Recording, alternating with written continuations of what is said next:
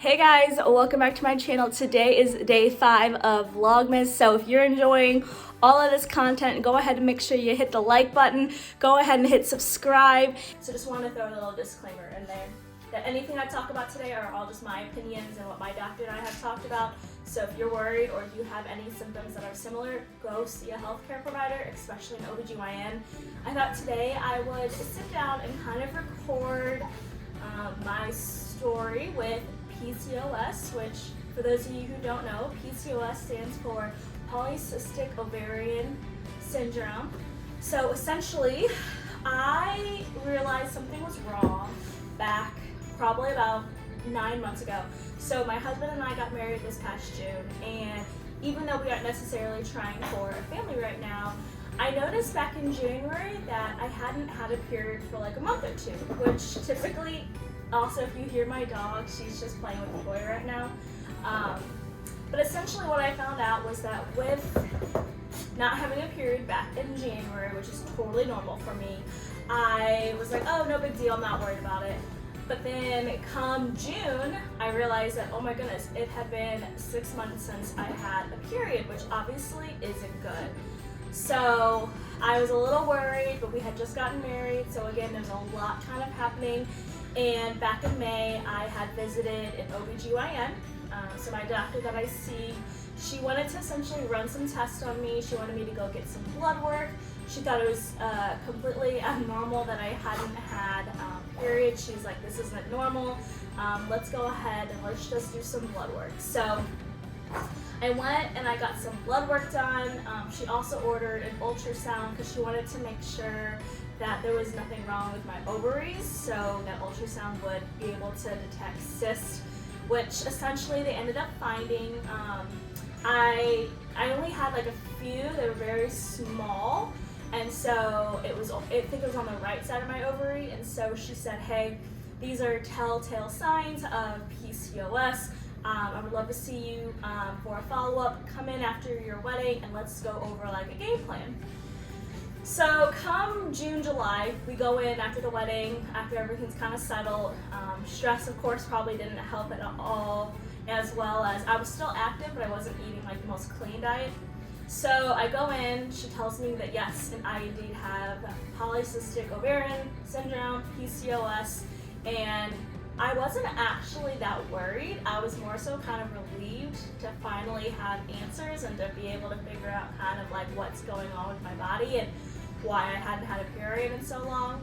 So she got me on a few medications. A lot of them are supplements. So again, these are just vitamins that I supplement into my diet that I necessarily don't get from the foods that I'm eating. Just because again, I've switched over to following a more Mediterranean style diet. So I'm eating a lot of grains. I'm trying to hold back on like white bread, so eating a lot of whole grains. I'm trying to eat a lot more fish, so like salmon, things like that. And I'm trying to limit caffeine intake and alcohol, which thankfully I'm not too worried about the alcohol since right now you're doing 75 hard. It plays right into that diet and no alcohol. So the first thing she got me on is a medication called progesterone.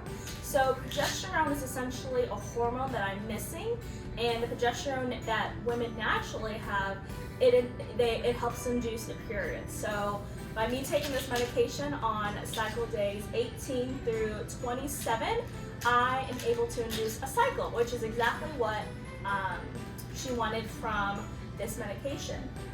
She also has me on something called Pregnitude, and this supplement just helps with fertility support. It has folic acid, 200 milligrams, and myo-inositol, which has 2,000, and these are all just really good things to help with fertility. She also has me on, this just again is to help supplement that myo-inositol, which supports the reproductive health. It's formulated for women, helps the overall ovarian function. Now, just a little disclaimer, these are all just medications that she suggested. I don't have to take any of these, I'm not required to. Again, always see a healthcare provider for any of the information I'm sharing today. This just happens to be my personal story. I was going 28, 29 years of my life not knowing that I had this. And so again, it's really important that you see a doctor. I'm also taking a 1-a-day women's prenatal, especially the one with DHA in it, just because again it's all good for the formation of hopefully a little nugget one day, God willing. So this is just a typical prenatal. I also am on vitamin B12, which she has me on a timed release, and this just helps with healthy blood cells and my nervous system. I'm also taking vitamin D. I've always been taking vitamin D. Vitamin D is just really, really good for you, especially during these cold winter months when there's no sun. To round out the last couple medications and supplements I'm taking, one's called Fertile Aid, and this one is formulated for reproductive wellness, offers prenatal nutrient support, including iron, iodine, things like that. So this is again something that's helping me to continue to just be overall healthy. Magnesium, I only just started to implement. Magnesium is just really good for the nervous system. It supports energy production and promotes heart, bones, and digestive health. So this is really, really good for me as well. And then the last thing I'm taking is just your typical omega-3 fish oils. These again just are a dietary supplement. Again, everything is just a supplement. You should never rely on these to get all of your nutrients. Make sure you're getting as much as you can from your food. So my journey with PCOS has been quite the adventure. I'm kind of learning every day how to adjust with it. I'm trying to clean up my diet. I'm trying to work out a little bit more. I'm just trying to be more mindful as well of like the things that I'm ingesting as well as my output too. So trying not to do over strenuous activities like a lot of HIIT workouts, a lot of running. I'm trying to keep more like low intensity workouts, so like low steady state, things like lots of walks. I'm trying to do a lot of strength training. I love cycling. Sorry, I love cycling, things like that, things that are really good for me.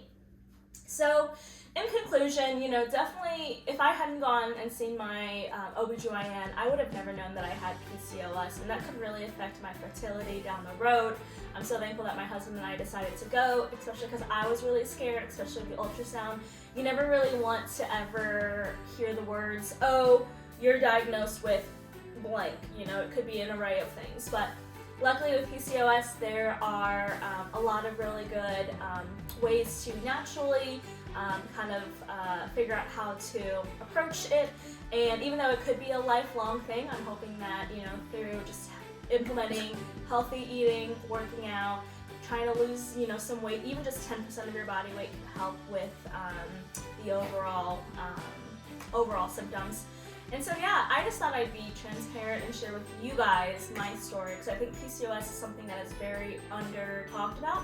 So if you have ever struggled with any of these symptoms, whether it's a loss of period, some women get facial hair, other women just have horrible, horrible periods, some women also just experience a lot of cramping, you know, things like that, definitely see a healthcare provider. And if you have any tips, go ahead and share them in the comment section below. And I just thank you guys for letting me be transparent and talk to you guys about, you know, what's going on with me and my symptoms, and know that there is hope for us. And I'm really thankful that I have a doctor that listens to me, and she doesn't just try to just throw birth control at me. She was like, let's go through options, let's talk about what you want, let's get to the root of the issue, which the root of my issue happened to be the irregular period. So just having the progesterone alone, this has just induced a natural cycle for me, and I'm just so thankful for my doctor and everything she's done for me. So with that being said, I am going to go ahead and end today's video. Thank you so much. I can't believe Vlogmas is already moving and grooving. It's day 5 of Vlogmas, so welcome back, and thank you guys for everything. I really, really appreciate it. So Sadie and I are going to sign off. Let me get Sadie to say goodbye. Mwah! Have a great day. Don't forget to hit the like and subscribe button.